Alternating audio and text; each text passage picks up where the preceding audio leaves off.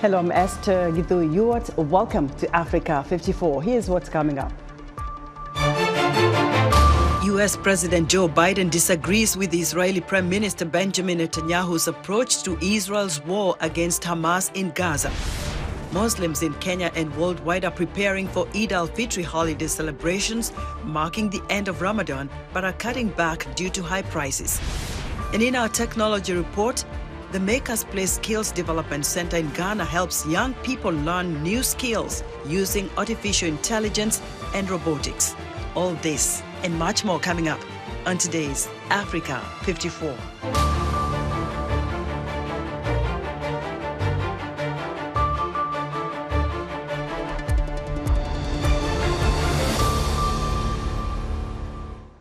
Israeli strikes pounded Gaza on Wednesday as Muslims marked the end of the holy month of Ramadan. The attacks follow U.S. President Joe Biden labeling Israel's approach to the war, quote, a mistake. Palestinians gathered for morning prayers on the first day of the Eid al-Fitr holiday amid the ruins of Gaza, which has been devastated by more than 6 months of war since Hamas' October 7th attacks. Tens of thousands also flocked to Israeli-annexed East Jerusalem's Al-Aqsa Mosque compound, where one worshipper, a nurse, said it's the saddest Eid ever. Meanwhile, Israeli forces kept up combat operations and airstrikes on Gaza just 1 day after Prime Minister Benjamin Netanyahu vowed to not let up in the campaign to destroy Hamas and bring home the hostages. U.S. President Joe Biden says that he does not agree with Israeli Prime Minister Benjamin Netanyahu's approach to Israel's war against the Hamas militant group, and that Israel should call for a halt in fighting to facilitate humanitarian aid deliveries. The Spanish-language network Univision interviewed Biden on April 3rd, 2 days after an Israeli attack killed 7 staff members from the aid group World Central Kitchen in Gaza. I think what he's doing is a mistake. I don't agree with his approach. I think it's outrageous that those 3 vehicles were hit by drones and taken out on a highway where it wasn't like it was along the shore. It wasn't like there was a convoy moving there, etc.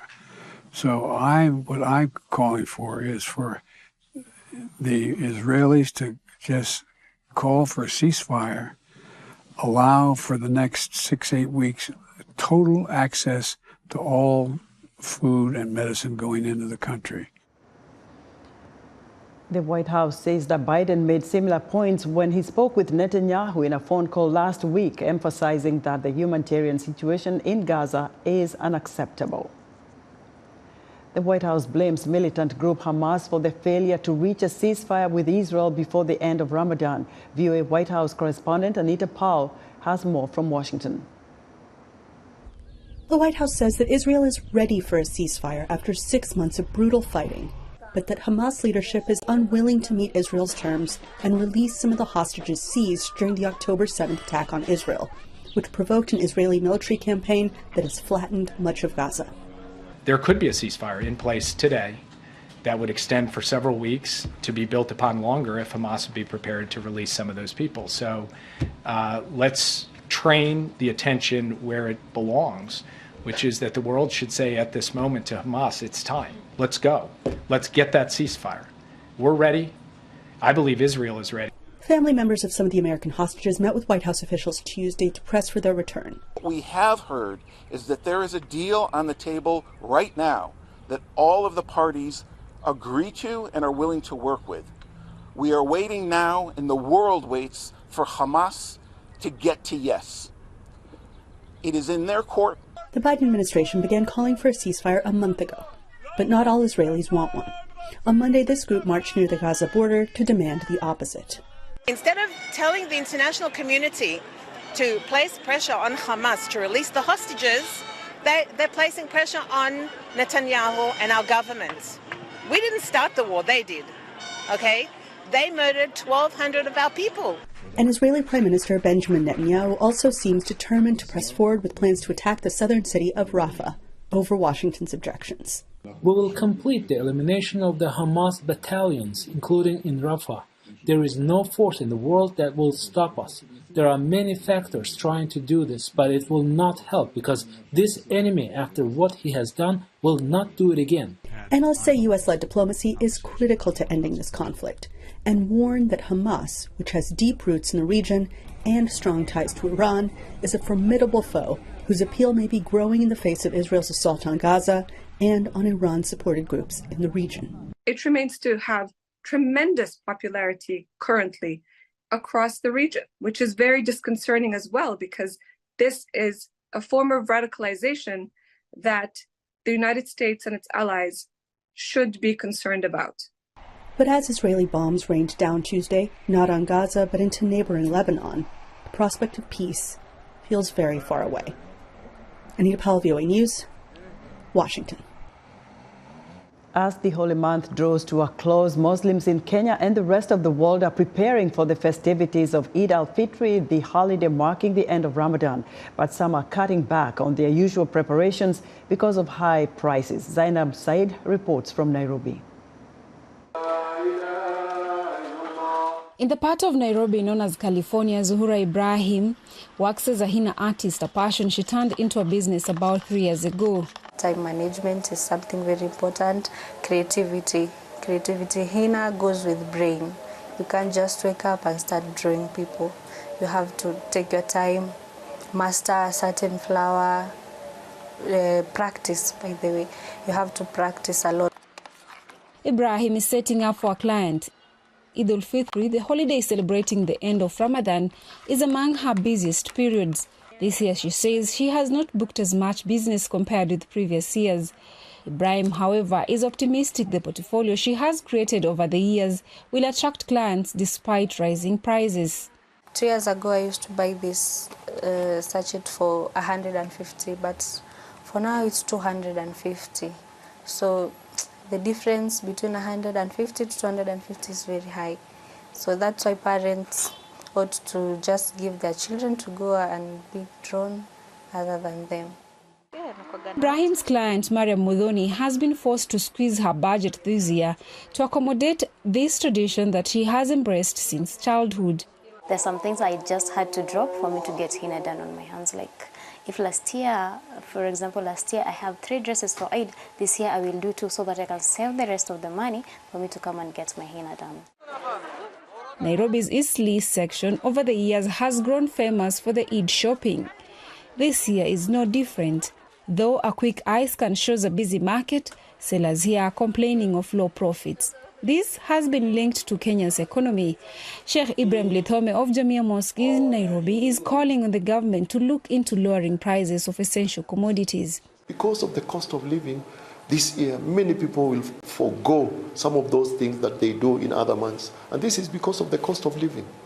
We call upon the leaders of this country, the president of this country, to do all he can do to make sure that the cost of living goes down.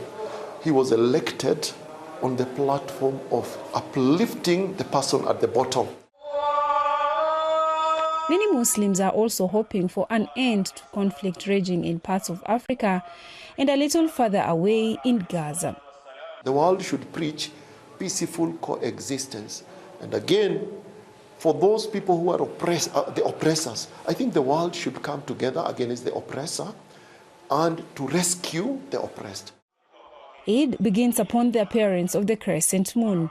Zainab Said, VOA News, Nairobi, Kenya. Rwanda is commemorating 30 years since the 1994 genocide. Today, I'm joined by Rwanda genocide survivor who, along with many others, wonder what life would be like if their loved ones were still alive. Some survivors are struggling with a traumatic experience, while others have resolved to forgive those who committed those heinous atrocities. And now I'm joined live from London by Redonsien Stewart, a 1994 genocide survivor and chairperson and founder of Peace for the African Great Region. Redonsien, please tell us what happened to your family and how old you were at the time. What happened to my family?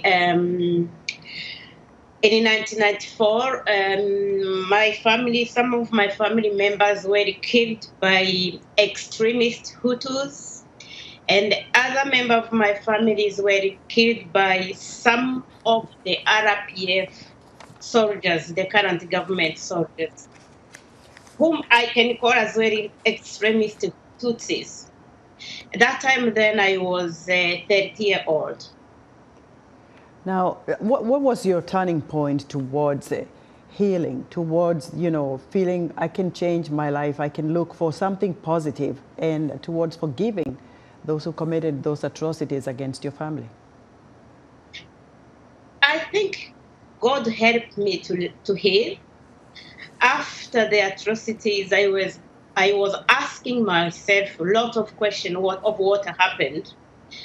Somehow God gave me an answer and helped me to heal, as well gave me a mission to help others heal.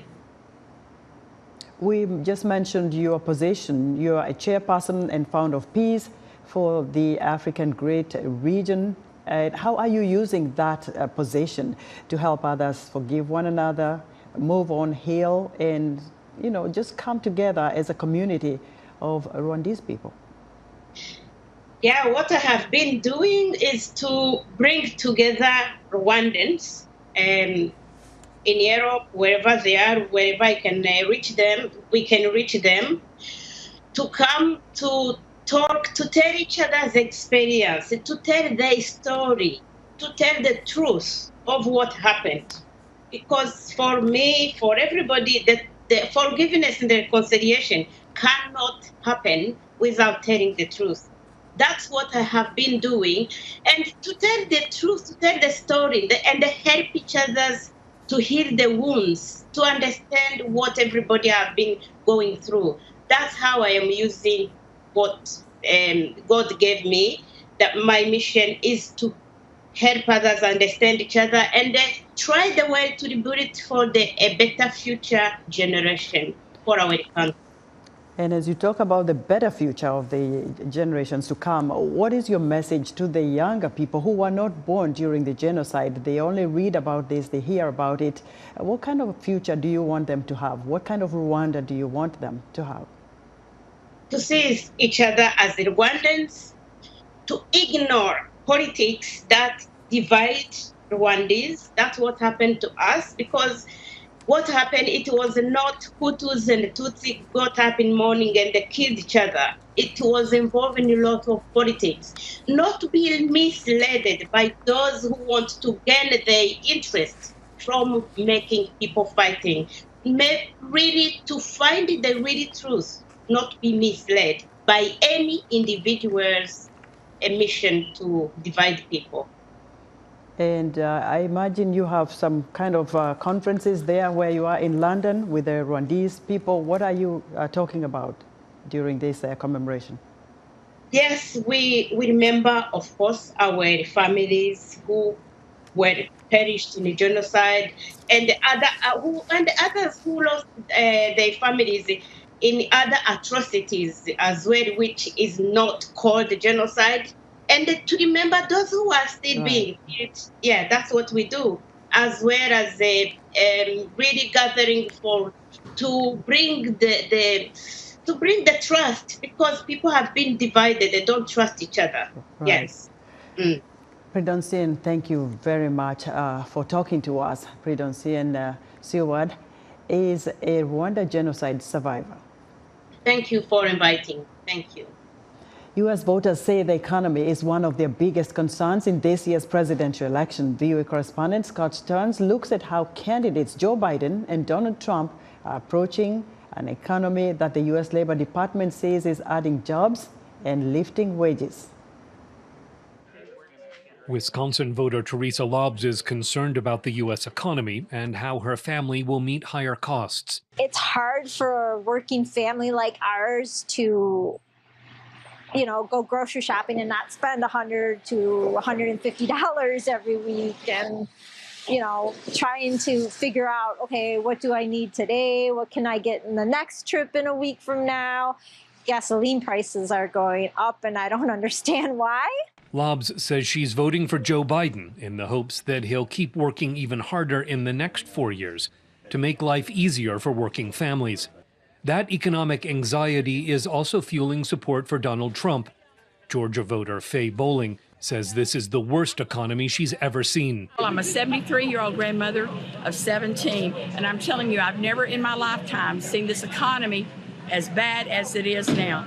And I'm all for Donald Trump, and I want everybody to get out, and I want a red wave come November, because we need to take the House, the Senate, and the presidency back and keep this country great.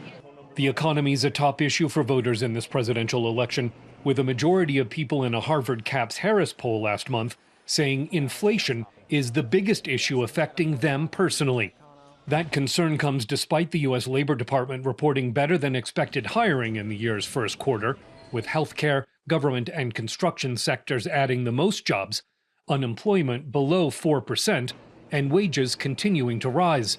Trump says the U.S. economy is collapsing into a cesspool of ruin, and told a Florida fundraiser that he's the man to fix it. And people are just wanting change. Rich people want it, poor people want it, everybody wants change. Our country is really doing poorly. We're a laughing stock all over the world, and we're going to get that change very quickly. Biden told a rally in Nevada that he's turning around an economy that was hurt by coronavirus and by Trump tax cuts for wealthier Americans. Things are on the move. Unemployment is down dramatically, with more Nevadans working today than ever before in the history of Nevada.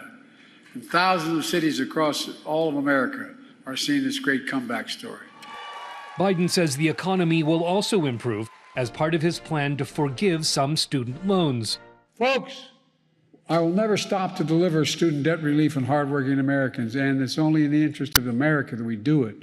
And again, it's for the good of our economy that's growing stronger and stronger.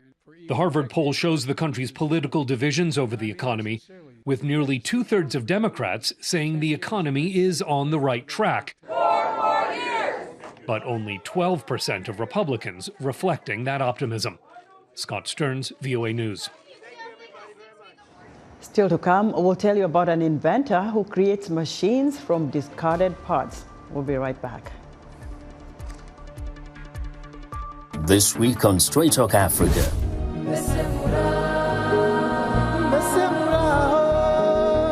Rwanda is commemorating 30 years since 800,000 Tutsis and moderate Hutus were systematically massacred by Hutu extremists in a genocide. Join me, Vincent Makori, for an in-depth discussion on how genocide can be prevented on the next Straight Talk Africa.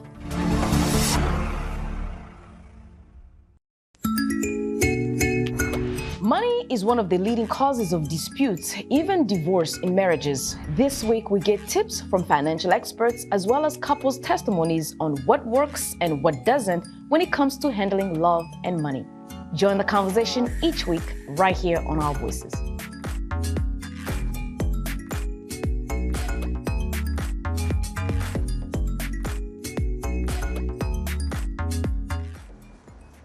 In other news, the government in Togo says it's rescheduling legislative elections for April 29th after delaying the ballot over a highly contested constitutional reform. Opposition parties called for the delay, a bid to keep President Faure Gnassingbé in power longer. South African police say they have arrested 6 suspects for the alleged hijacking and murder of a footballer, Luke Fleur, who played for the popular Johannesburg club Kaizer Chiefs. The 24-year-old defender was shot and killed last week as he pumped gas at a suburban gas station. And the Kenyatta University Referral Hospital in Nairobi has fired 100 doctors who have been participating in a nationwide strike for nearly a month. The hospital says new doctors have already been hired in place of those striking. Kenyan President William Ruto says there's no money to pay doctors who walked out seeking a pay increase. Burkina Faso investor Neulove Kushiata is trying to make life easier for his fellow citizens by creating all kinds of machines from cast-off parts. The U.S. Gildas Dar reports from Ouagadougou, and Jackson Vunganyi narrates.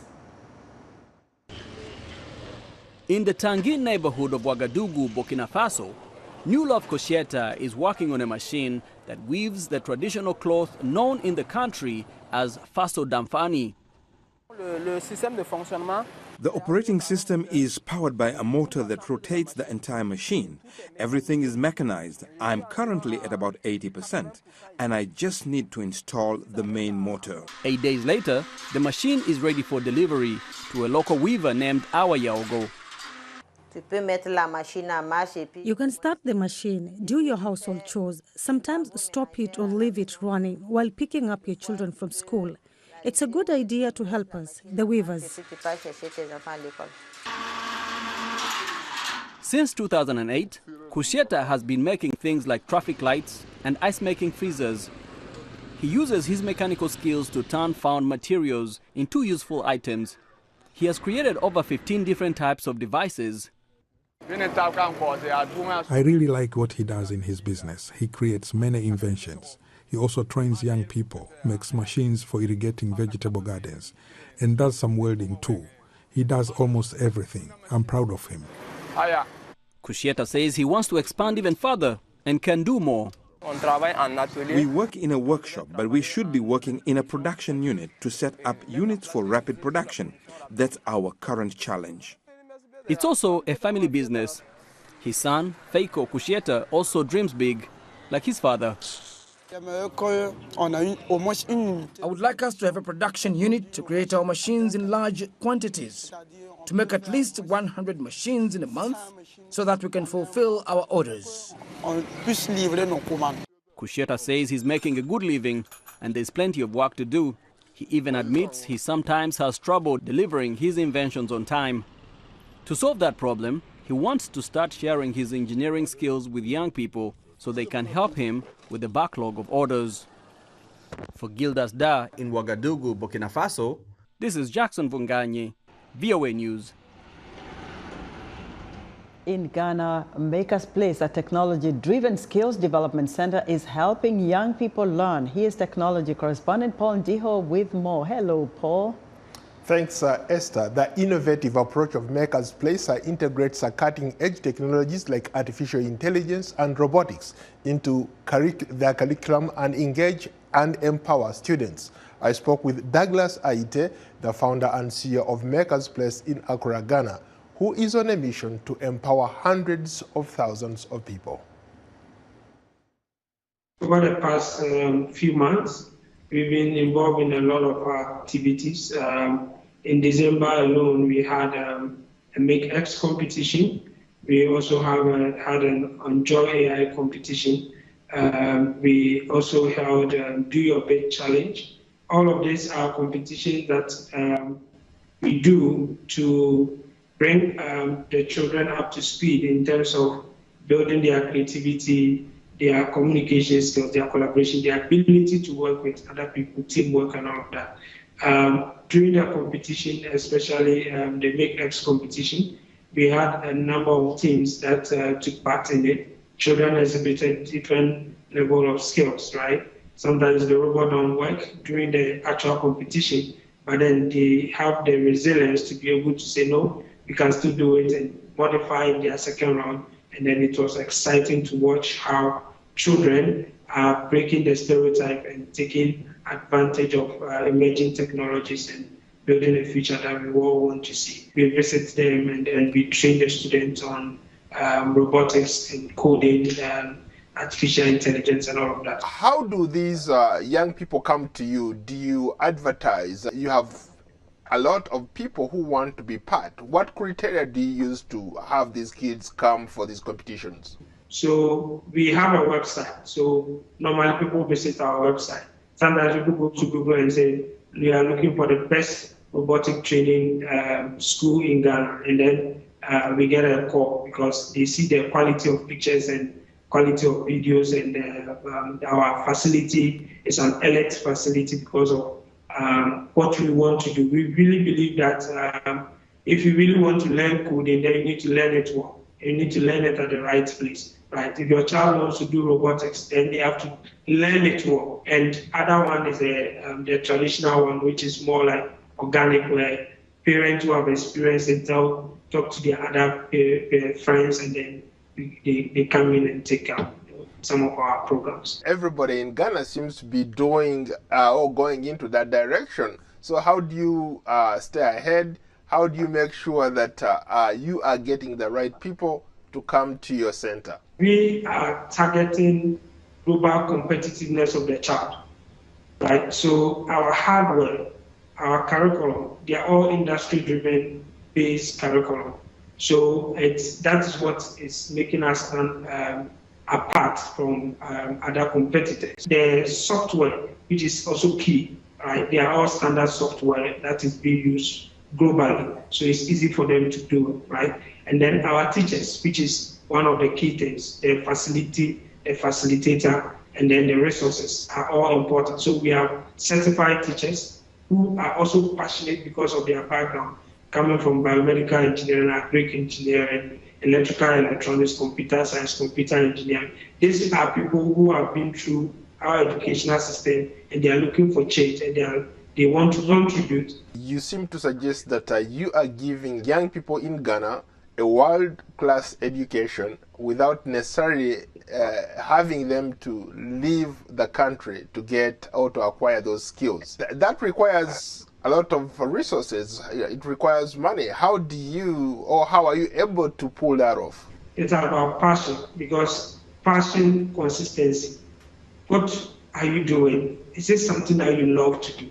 When it comes to like competitions, we have partners in the US that also support what we are doing because they see that we are doing something amazing. So we have FTC team, that's First Step Challenge team in the US, that supports through mentorship and guidance. We also are working with Degrees of Freedom, who are also supporting us with robotic kits and other things, right? So we're working with different partners in the US that are supporting our initiative and collaborating with us with online mentorship, hardware delivery, and so on and so forth. The concept that I developed called Adreno for Her, that is specifically targeting girls and in senior high school and then at the university to acquire tech skills. But then this is not just software, but hardware perspective, because the software is one, but then learning about the hardware is also important. So they play with microcontrollers, they learn how to build circuits and all of that. So these are some of the things that keep us going, and then working with other ecosystem partners has been great, and it's really helping. That was Douglas Aite, the founder and CEO of MakersPlace in Ghana. That's today's Tech Report. Back to you, Esther. Thanks, Paul. Be sure to join Paul Ndiho every Wednesday for the Africa 54 Technology Report. And that's our show for today. Be sure to join us and watch Africa 54 on our website at voaafrica.com. From all of us here in Washington, thanks for watching.